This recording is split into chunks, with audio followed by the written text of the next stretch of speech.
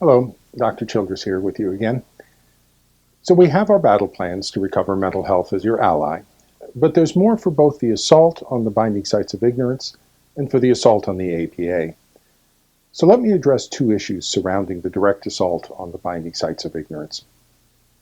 In addition to separating the pathogen from the binding sites that are infecting and disabling the mental health response to the pathogen, there's a second important reason to file licensing board complaints against the binding sites of ignorance, and that's to protect your allies and your child's allies in mental health.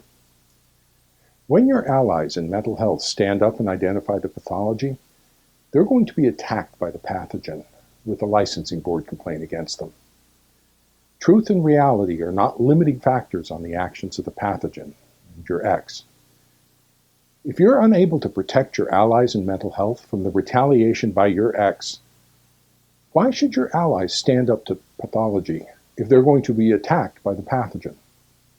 If a mental health professional stands up for you and your child and identifies the pathogen by making the appropriate diagnosis, the narcissistic borderline parent is sure to file a licensing board complaint against this mental health professional. How dare you say I'm psychologically abusing the child? You're incompetent! As you well know, your ex is extremely vengeful and extremely retaliatory.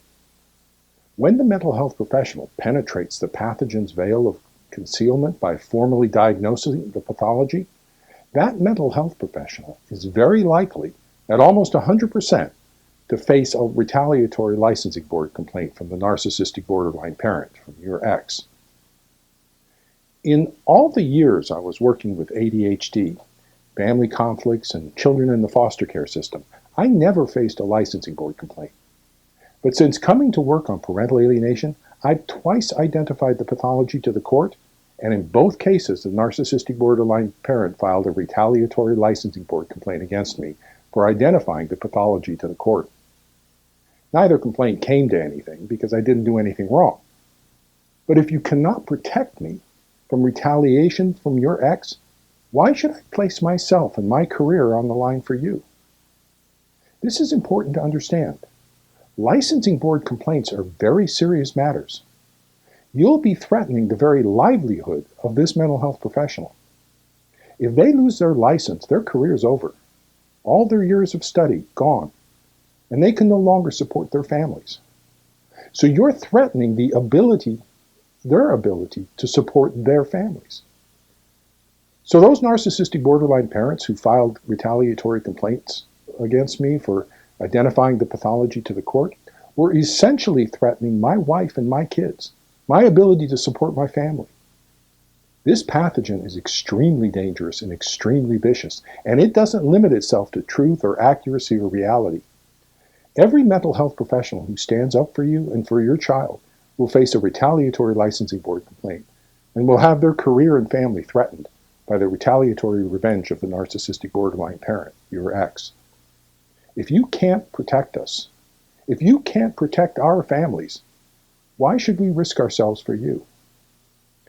Before we can expect mental health professionals to stand up for you and your children, to place themselves and their families at risk from the pathogen's revenge, we will need to protect these courageous and ethical mental health professionals, your allies and the child's allies, from the retaliation of the narcissistic borderline parent.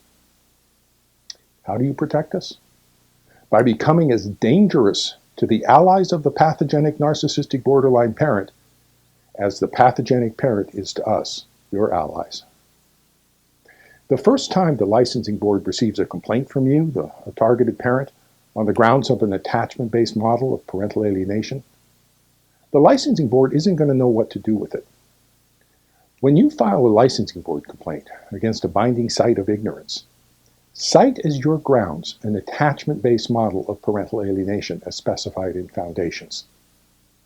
Because you specify an attachment-based model of parental alienation as described in Foundations within the grounds for your complaint, the investigator will need to read Foundations in order to be able to properly evaluate your complaint. You have now educated the licensing board on an attachment-based model of parental alienation. Now, the licensing board isn't likely to take any actions against the mental health professional probably referencing some concept of community standards of practice. They'll still be operating under the old Gardnerian response. Parental alienation is controversial and lacks scientific foundation. But to the extent that you use the professional words of power given you in foundations, that the mental health professional failed to have a proper expertise in personality disorders and the attachment system, role reversal relationships, and the transgenerational transmission of attachment trauma, mediated by delusional beliefs created within a reenactment of childhood attachment trauma, you'll make it increasingly difficult for the board to disregard the lack of specialized professional knowledge and expertise that was not possessed by the mental health professional, but which was needed to diagnose and treat your family. By your board complaint against the binding site of ignorance, you'll force the licensing board to read foundations and to become knowledgeable. 1 complaint dismissed, 2 complaints dismissed, 3, 4. How many times are they going to cover up for the ignorance and incompetence of therapists, ignorance that is destroying the lives of children and families? 5 complaints, 6. The licensing board is going to become increasingly uncomfortable covering up for the ignorance and incompetence of mental health therapists. The licensing boards are going to begin turning to professional organizations like the APA for guidance. Is this a standard of practice expectation? This will dovetail with your colleagues who are assaulting APA asking for a change to the APA's position on parental alienation that identifies your children and your families as a special population. The licensing boards are asking for direction from APA. You're asking for formal recognition as a special population requiring specialized knowledge and expertise to competently assess, diagnose, and treat. We are keeping the pressure on to expose the pathogen, to break its veil of concealment once and for all.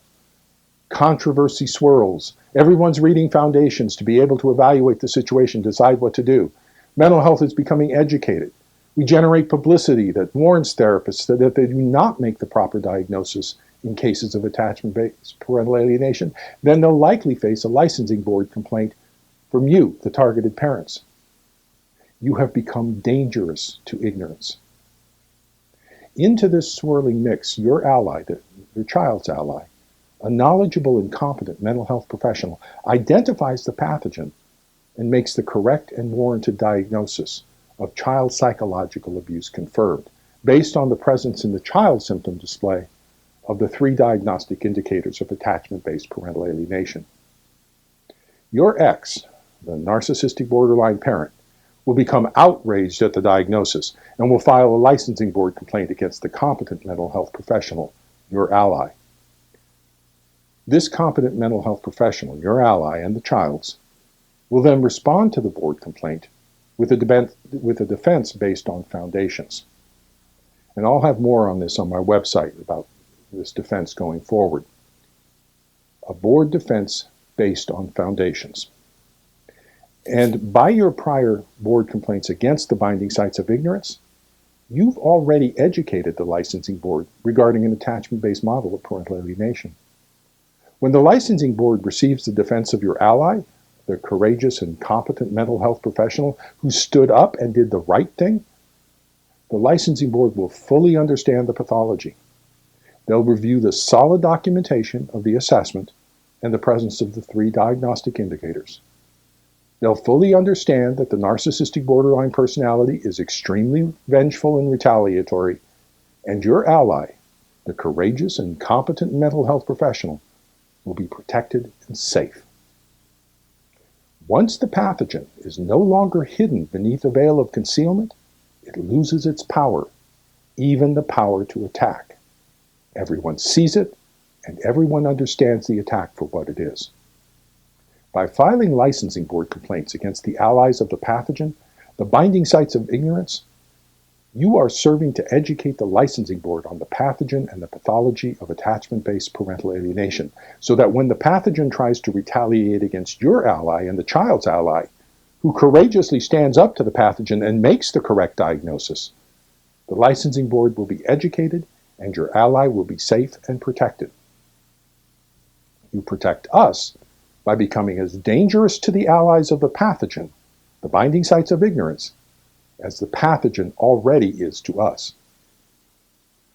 But this will make the subspecialty field of psychology extremely dangerous for mental health professionals. If you make the diagnosis, you'll face a licensing board complaint from the narcissistic borderline parent. If you don't make the diagnosis, you'll face a licensing board complaint from the targeted authentic parent.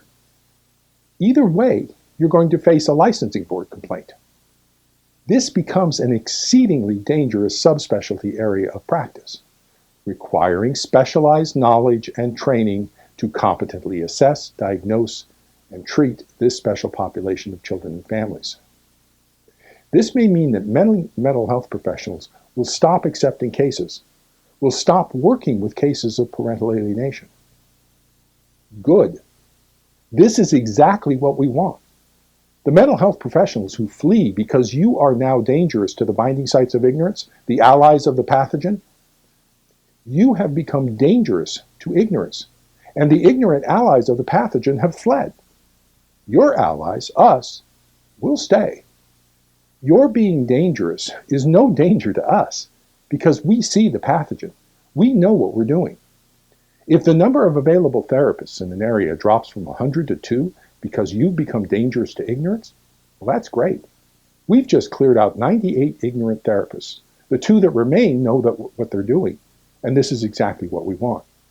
The 2 that will remain will be so busy that they'll be making tons of money, and it'll be so lucrative to practice in this field that a 3rd knowledgeable, competent therapist will soon enter, then a 4th. Soon we'll be up to 25, 50, 75 expert and knowledgeable therapists, and no ignorant and incompetent therapists anywhere to be seen.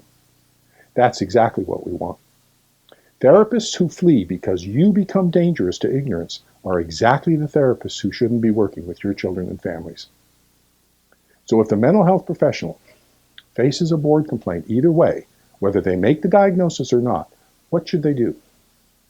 They should do the right thing. If the 3 diagnostic indicators of attachment-based parental alienation are present, then they should make the diagnosis, including the DSM diagnosis of child psychological abuse confirmed. And they should document in the patient record that they have conducted the assessment and that the child's symptoms displayed the 3 diagnostic indicators of attachment-based parental alienation as described in Foundations. If the child's symptom display does not evidence the diagnostic criteria for attachment-based parental alienation, then the mental health professional should make whatever diagnosis is warranted and document in the patient's record that the assessment of attachment-based parental alienation was conducted and the results of this assessment, including what diagnostic criteria of attachment-based parental alienation were not met.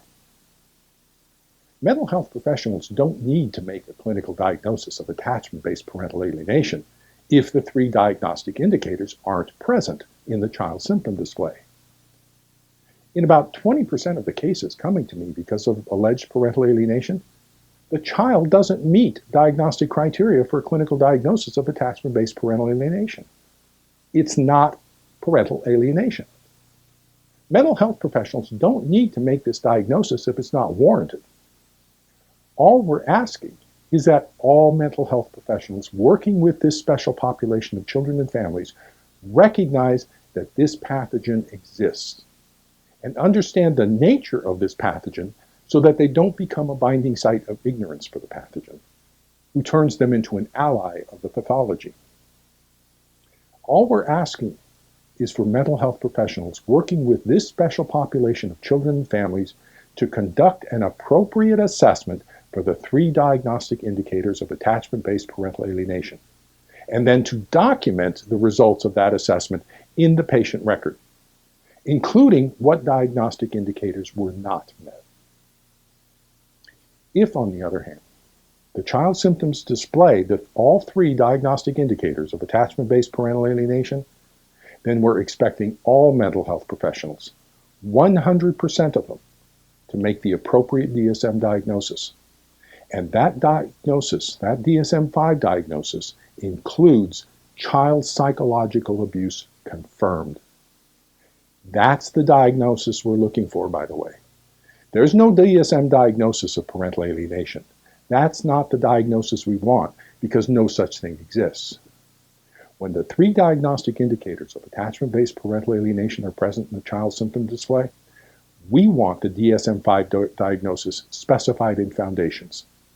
This DSM diagnosis includes the DSM-5 diagnosis of child psychological abuse confirmed. This is the diagnosis we will ultimately take into the legal system. The diagnosis of child psychological abuse confirmed regarding the parenting practices of the narcissistic borderline parent. This is the diagnosis we'll take into the legal system to acquire the child's protective separation from the pathology of the narcissistic borderline parent. But when we take this diagnosis of child psychological abuse confirmed into the legal system, we can't have some random binding site of ignorance, ally of the pathogen, tell the court something different out of ignorance and a failure to see the pathogen. A failure to penetrate the pathogen's veil of concealment. So before we solve the legal issue, we must first cleanse the mental health system of all the binding sites of ignorance that the pathogen is using to infect and disable the mental health response to the pathogen. On the other hand, if the child's symptoms don't display the 3 diagnostic indicators of attachment-based parental alienation, then the mental health professional makes whatever diagnosis is warranted by the situation and simply documents in the patient record that an assessment of attachment-based parental alienation was conducted and that the child's symptoms did not meet the diagnostic criteria because, and then specify what criteria were not met. Let me be clear on this to you, the targeted parents. If your child does not meet the 3 diagnostic criteria for attachment-based parental alienation, this is great news. If the mental health professional has done the assessment and has specified why the criteria were not met, don't file a licensing board complaint. They're doing their job. And by assessing for attachment-based parental alienation, they're actually doing a good job. Listen to what they have to say and work with them to make things better. If your situation is not attachment-based parental alienation, that's great news. Everything else is much more easily solvable. As long as the mental health professional assesses for attachment-based parental alienation and documents the results of the assessment, don't file a licensing board complaint. Do not threaten their career and family. That would be the wrong thing to do. That's not why I'm empowering you. But if the 3 diagnostic indicators of attachment-based parental alienation are present in the child's symptom display, and the mental health professional either doesn't assess for them or doesn't make the proper diagnosis, both clinical and DSM, when the 3 diagnostic indicators are present, then you have located a binding site of ignorance that the pathogen is using to infect and disable the mental health response to the pathology. Follow me to the next video segment.